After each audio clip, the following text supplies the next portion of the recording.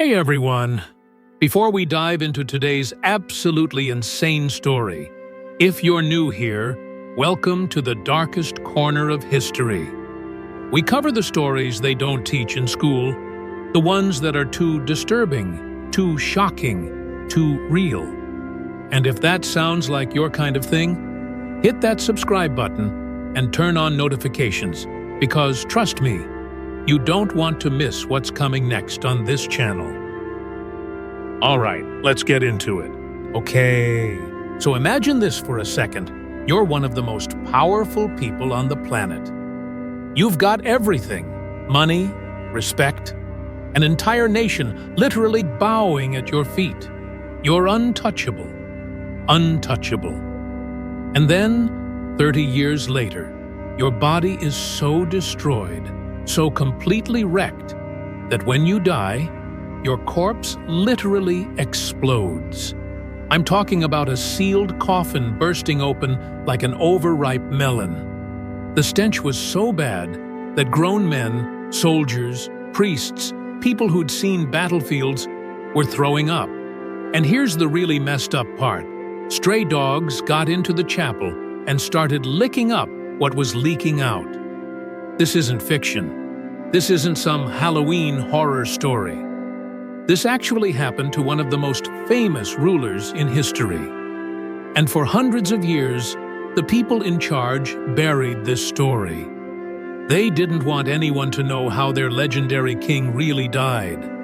What you're about to hear is going to change everything you thought you knew about power, about hubris, and about what happens when your body betrays you in the most public, most humiliating way possible.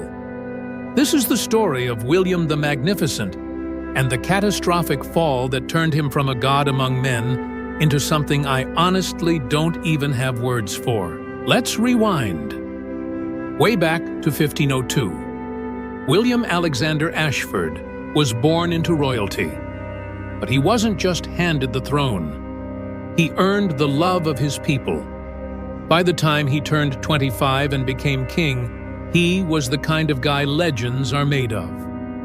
Picture this: 6'3", athletic build, jawline that could cut glass. The guy wrote poetry, composed symphonies, could debate philosophy with scholars, and then turn around and win a jousting tournament the same afternoon. Foreign dignitaries called him the Golden Lion. His own people? They called him Willie the Beloved. He married young, Lady Catherine, a Spanish princess who was as smart as she was beautiful. For 15 years, they were the power couple of Europe. No scandals, no drama. Just a king who genuinely seemed to care about his kingdom and a marriage that actually worked. But here's the thing about being on top. There's nowhere to go but down. And for William, that fall was going to be steep, sudden, and absolutely brutal. March 8th, 1529. It was supposed to be just another tournament.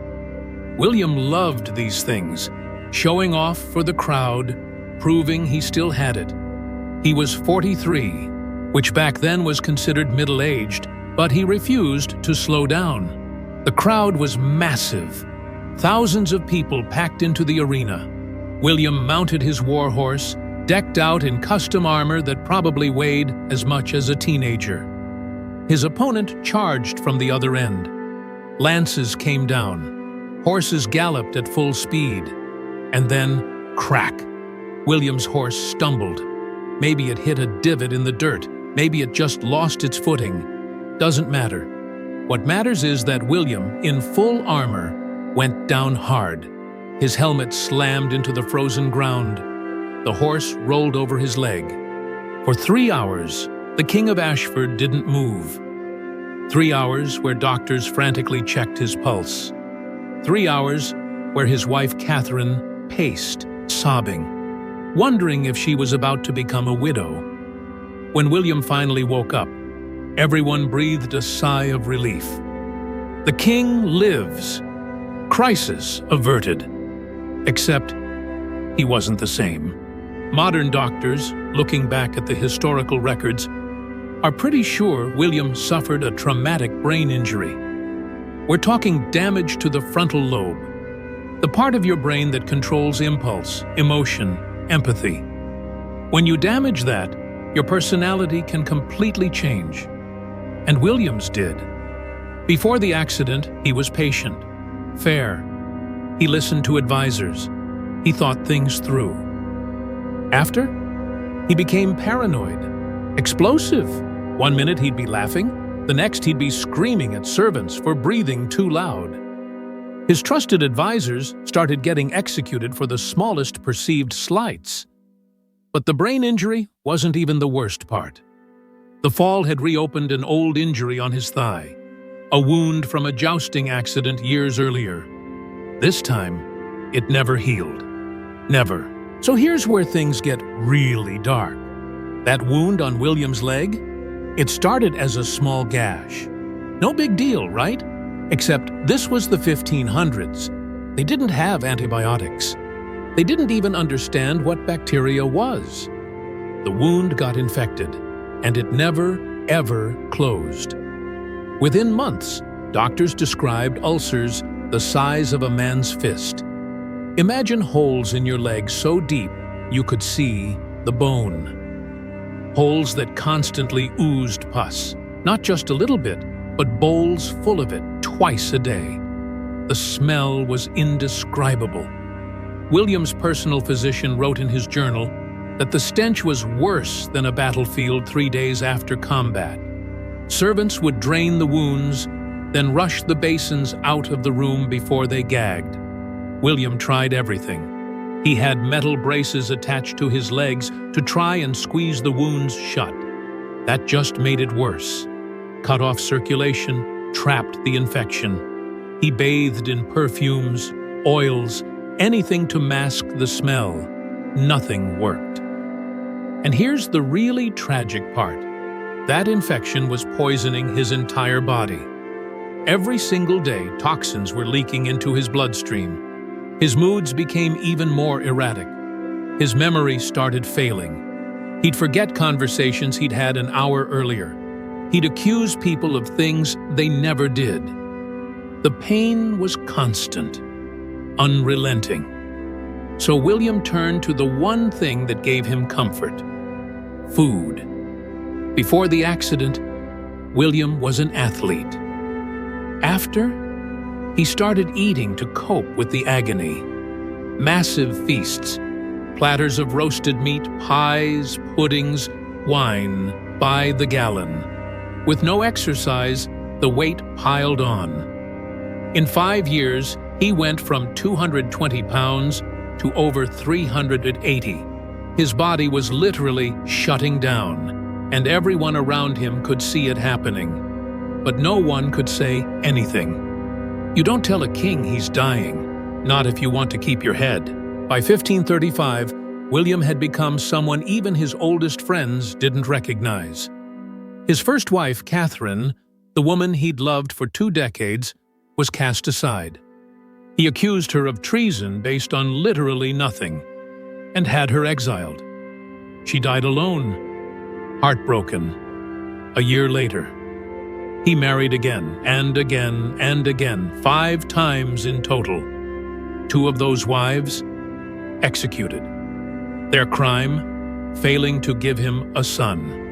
One of them was beheaded on suspicion of adultery based on rumors William himself probably started in one of his paranoid episodes.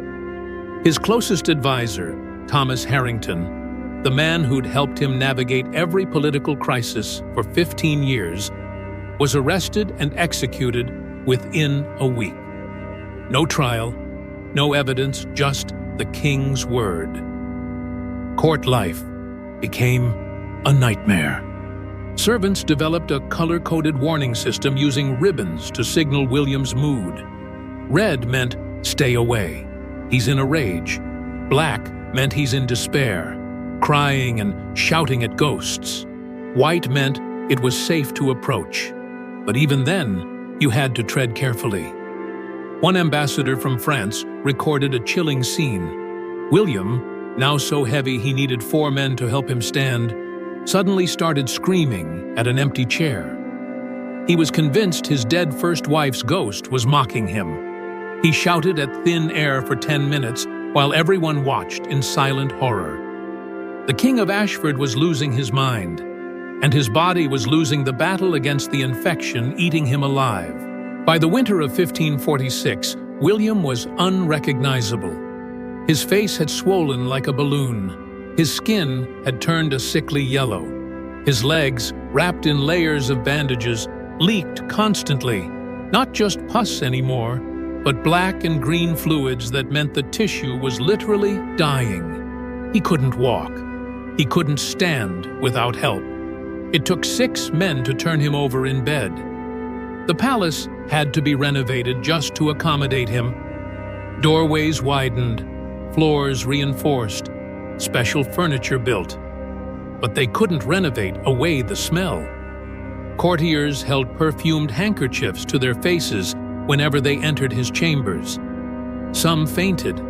Even hardened soldiers, men who'd fought in wars, couldn't stomach being in the same room as their king. William knew.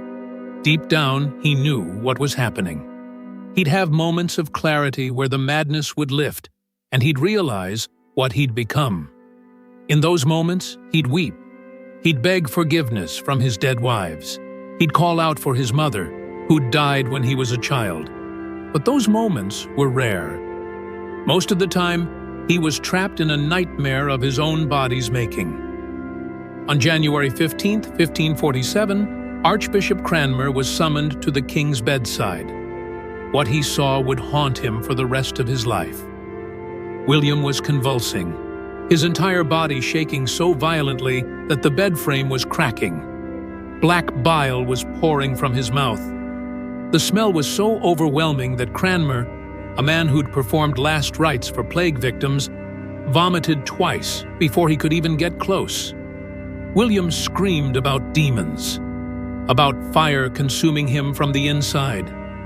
He begged his dead children for forgiveness. He whispered apologies to everyone he'd ever wronged. At 2:34 a.m., he grabbed Cranmer's hand, squeezed once, and went still. The King of Ashford was dead. But the horror wasn't over. Within hours of William's death, his corpse began to swell.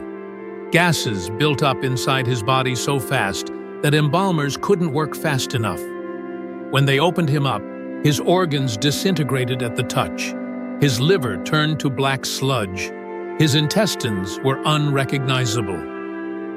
They packed the body with over 100 pounds of salt and herbs, sealed it in a lead-lined coffin, and began the journey to Westminster Cathedral for burial. They didn't make it. Halfway there, at a chapel where they'd stopped for the night, it happened. A sound like a gunshot echoed through the stone building. The coffin had burst open. The lead seal had failed under the pressure of the decomposing body. What leaked out, I honestly can't even describe. Black, putrid liquid spread across the chapel floor. The smell drove everyone out of the building. They had to send for more workers, more supplies, and by morning, they found stray dogs in the chapel, licking at what remained of the King of Ashford, the most powerful man in the nation, reduced to carrion. They resealed the coffin in a panic, buried him quickly, and swore everyone to secrecy. The official record claimed he died peacefully, surrounded by loved ones, with dignity intact. But we know the truth now. William the Magnificent, William the Beloved, the Golden Lion of Ashford, he didn't just die. He rotted. And in the end, he exploded. Here's what I think about when I hear this story. Power is temporary. Fame is temporary. Your body? That's temporary too. William spent his whole life building this image of invincibility, of divine right, of being untouchable. And in the end, none of it mattered. The same body that made him a legend became his prison, then his tomb, and finally, his humiliation. We're all just people, just flesh and bone. And no amount of power can change that. If this story messed you up as much as it did me, do me a favor. Smash that like button, share this with someone who loves dark history, and seriously, subscribe if you haven't already. We've got so many more stories like this coming, and you're not going to want to miss them. I'll see you in the next one.